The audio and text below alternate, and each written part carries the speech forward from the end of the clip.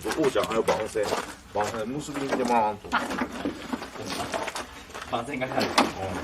番線屋さん。ええやん。ええやん。ええやん、ええやん。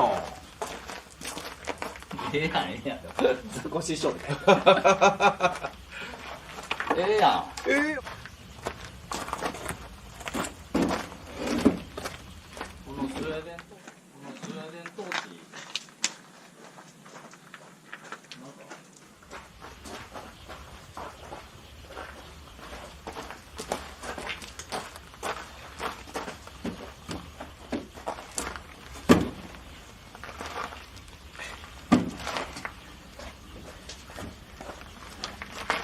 なんか終わらなあかんもんな。あかんかった。これでええやん。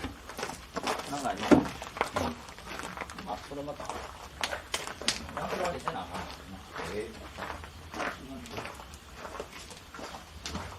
もんな。2年って。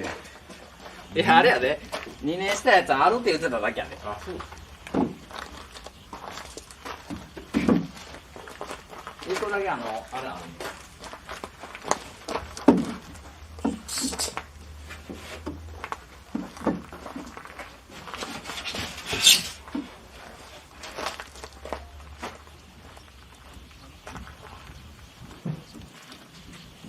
これが2年もやって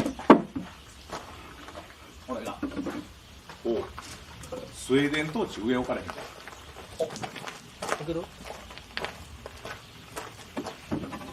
スウェーデントーチ用にしようそう思ってたんやろそうやね。計算通りや。ほんまやわ素晴らしいなこんなちっちゃなるんやななあ。いい。いい感じよし今日の作業終わりそれは重たいな、上。いける。これあれあ、これあれやで巻き割りを。そう巻き割りはやでんであとでコーナーで斧買いに行こうって斧ってコーナーに行ってんのか。売ってたんちゃうかったデポ。コーナーデポ。そんなとこで行かないのうわ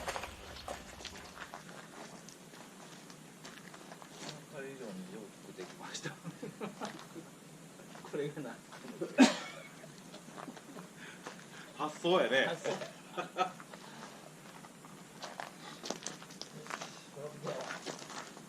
鍋でしょ、鍋。